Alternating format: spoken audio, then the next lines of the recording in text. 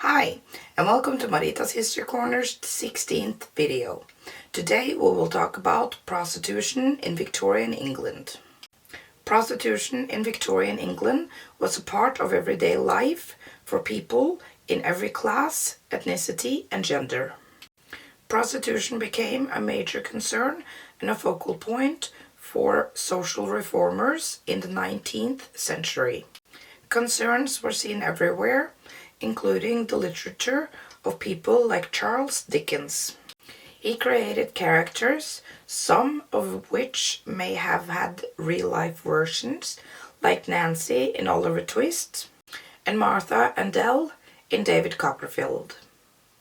No one knows for certain, but there were between 8,000 and 80,000 prostitutes in London in the Victorian age. It is generally accepted that most of these women found themselves in prostitution due to economic necessity. There were three attitudes towards prostitution: condemnation, regulation, and reformation. And now we're going to watch some of the steps that led women to take this decision. The whys and the wherefores of Victorian prostitution. One of the parts was population.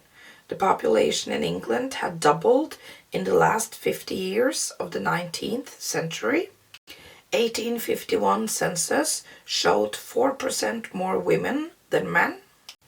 18 million people, 75,000 women too many, referred to as superfluous or redundant women. Another reason was economy.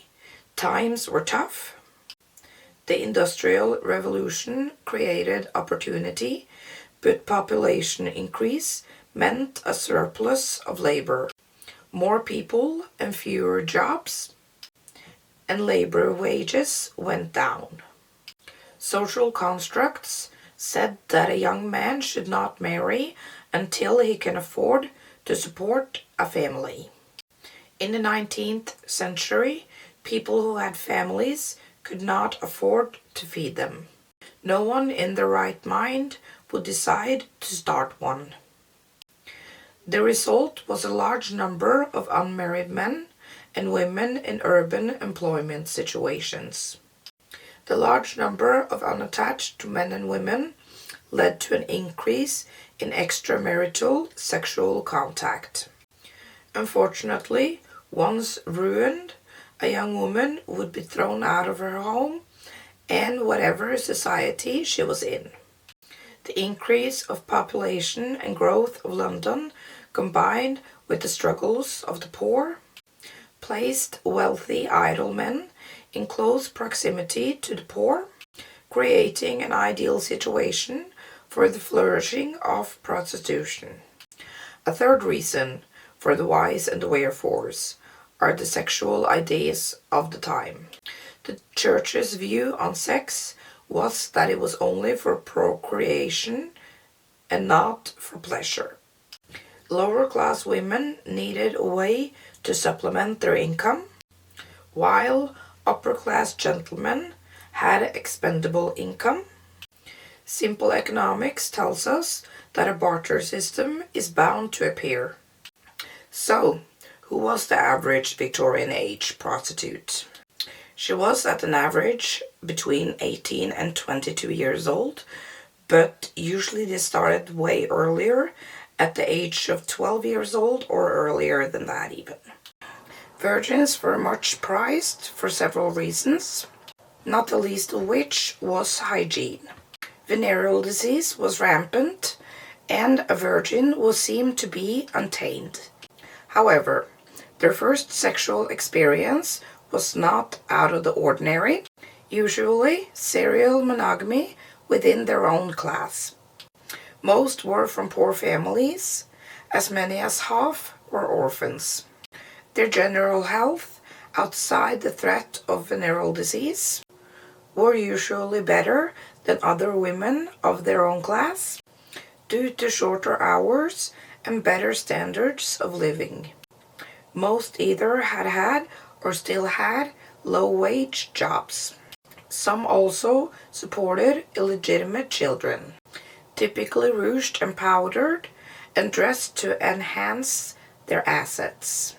Some women would have lived a double life, working in a factory for a little pay during the day and working the streets at night trying to make ends meet. So, what were the paths to prostitution in the Victorian era? For every prostitute, there was an individual path that she took. But most women found themselves in the trade due to economic circumstances. Genteel poverty saw some enter the trade. They were supplementing income from other labor. Some were kidnapped and forced into prostitution. Some had an illegitimate child, which meant that she was unhireable for any other job. Very few consciously chose to enter the sex trade, but as with everything else, there were some. Just as everything else in Victorian England, even poverty could be broken down into classes. There were the low-class poor, which was living in the slums, like 15 people in a room and living quarters like that. Then there was genteel poverty. It only accounts for a small percentage of the steps into prostitution, but nevertheless, it is an element. So what is genteel poverty? Genteel poverty saw some enter a form of the trade when their entire fortunes were inherited by a distant male relative who cared nothing for the people who he actually inherited the fortunes from. Inheritance law stated that women could only inherit the money that went to her marriage with her from her father, most times which was scarcely enough to live on, let alone keep up the lifestyle to which they were accustomed. Some women discovered that their entire lives were lies. This usually happened when their husband died and creditors started knocking at the door. These women in genteel poverty found themselves with little money and no skills. Many became mistresses and courtesans. Since most of these women had been married, sex was not a new thing to them. It became a way to make sure that they were still cared for and could continue their lifestyle. Many became mistresses to men they had known in society when they were married. It was all treated very discreetly, of course. But just like everywhere else, there were no secrets. Genteel poverty was also responsible for another step on the path to prostitution. Many women who found themselves without means to keep up their middle or upper class lives turned to skilled domestic labor jobs to survive. Skilled domestic labor included jobs as bookkeepers, governesses, and teachers. These required education that lower class women did not receive, but the jobs were fraught with pitfalls and dangers. The pay was abysmal for most of these positions, but governesses were particularly underpaid. Sometimes there would be no salary at all. Only living expenses would be covered. They held very precarious social positions. They lived with the family, but make no mistake, they were not considered a part of the family. On the other hand, they were superior to the unskilled domestic workers of the house. They were sort of in no man's land in society. Because of this precarious social position, these women were often the scapegoats for everyone in the house, from children to the master, and from the kitchen maid to the butler. She was easy to blame because she was, in essence, on her own socially. Her proximity to the family, including adolescent and even adult children, meant that she would have been easy prey for the master and the sons of the house. Because of the very high expectation of morality, this was a problem. Even though there were some upper-class women who entered prostitution, the vast majority was of the poorer classes. And most of these started working somewhere else. These jobs are some of the common factors in the paths of many prostitutes. The 1851 census estimated that 30% of the workforce was women. But the jobs they held were some of the worst of the worst. Some of these jobs would have been breeding grounds for future prostitutes. Henry Mayhew saw the greatest cause of prostitution as the low rate of wages that the female classes receive in return for the most difficult and wearisome labor. So now we're going to talk a little bit about the factory work. Obvious troubles were the long hours and low pay. They typically work 6 days a week for over 10 hours a day for very little pay. The new Poor Law of 1834 declared all women to be able-bodied workers and that they could work alongside men. This decision created all sorts of problems. Sexual harassment happened with things like "sleep with me" or "I'll fire you." Because of labor shortage, this was a real threat. Workers could be easily replaced. Sexual encounters, temptation and gossip. Factories were huge, but as everywhere else, gossip traveled fast. Rape was also a problem. No one paid any attention to anyone else. Mind your business, keep your job. They could also be domestic servants. There were two types of domestic servants, the skilled and the unskilled. Unskilled domestic servants included jobs such as cooks, ladies' maids, and housekeeper. This was backbreaking work, ridiculously long hours, 12-hour days, 7 days a week.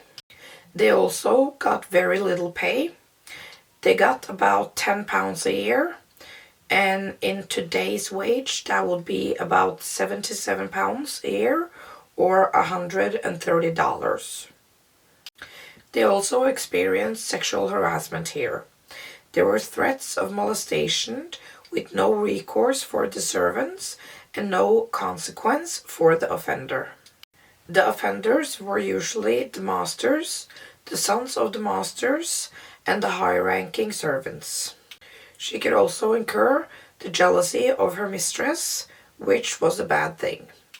If these women refused the advance of just about anybody, they would be the subject of blackmail on top of rape. She could also get fired for just about anything. For example, a missing spoon, a broken dish, or a jealous mistress. And now we're going to talk a little bit about the housing situation. Because of the tremendous increase in population, housing was scarce and inadequate. Entire families, included extended family, lived not only under one roof, but usually in one room altogether. Several bodies in each bed due to the lack of space or just to stay warm. And now we're going to talk about feminization of poverty. Unfortunately, the 1834 Poor Reform Law removed all benefits for unwed mothers. Bastardy clauses denied legal or material aid for these women. This law took away all recourse for broken engagement after consummation, rapists, extortion, etc. This law granted men more sexual license than ever before and removed from them all burden of responsibility for their illegitimate children, both socially and economically. The resulting feminization of poverty helped set into motion the greatest of our social sins and prostitution, and infanticide became the defining sins of the age. Now we're going over to talk a little bit about seduction. Harriet Martineau said in 1870, "There is the strongest temptation to prefer luxury with infamy to hardship with unrecognized honor. Many women simply made the decision to make this lifestyle their chosen occupation. Sex sells, and that is not an invention of the 21st century. Having prostitution as an occupation gave these women better pay, better hours, and easier work." Some of these ladies had also experienced sexual abuse as a child, and promiscuity is often a result of sexual abuse. So this was an easy choice for some of them to make. Having this occupation also very often gave you social freedom. Prostitutes often lived in groups and created their own social network. When one of them got arrested, the rest of the group would go together to collect enough money to bail her out. They cared for one another when no one else did. Prostitutes could enter places like pubs, taverns, and bars without the social stigma that a lady would carry. Some of these ladies also later became mistresses and courtesans. They were very sought after since they were more natural, less repressed, and less boring than the well-bred girls who came to London for marriage season. Catherine Walters, also known by the nickname Skittles, a nickname she got when she was working in a bowling alley.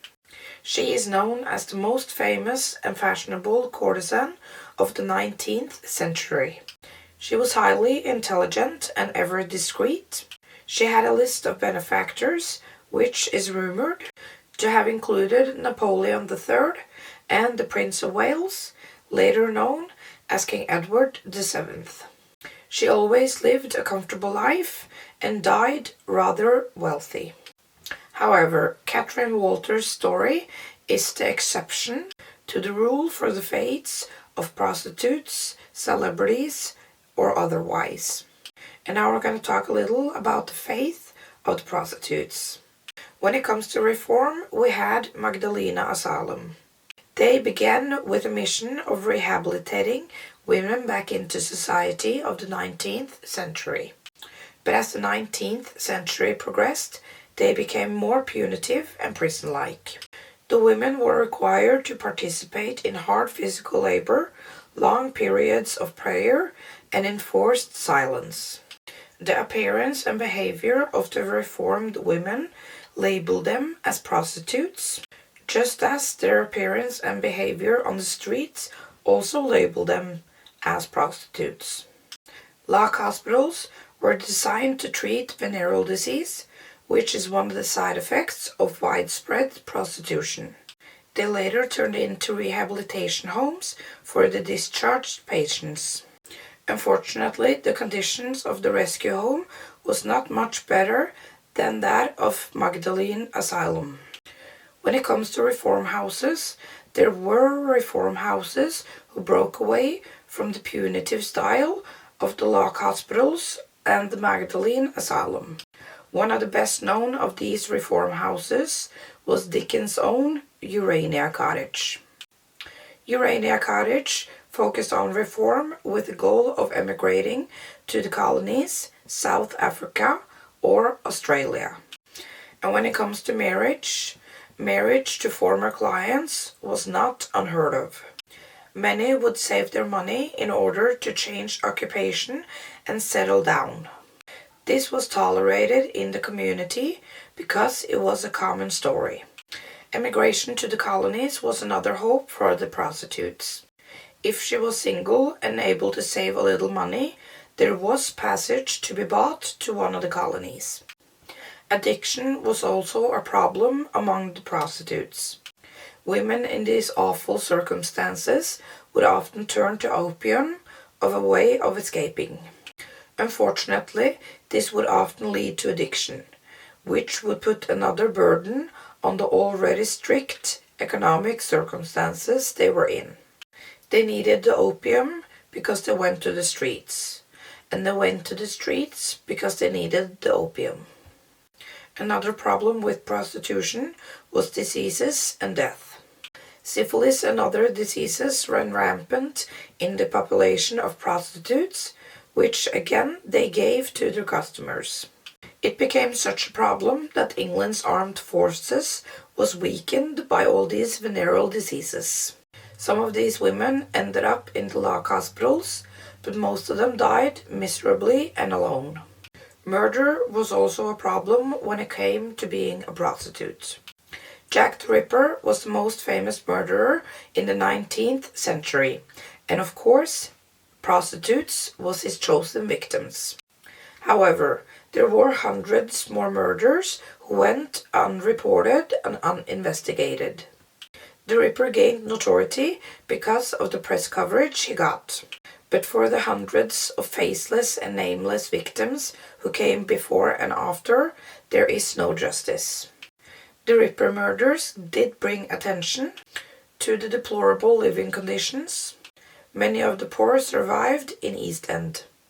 In the 12 years following the Ripper murders, many of the worst slums were demolished.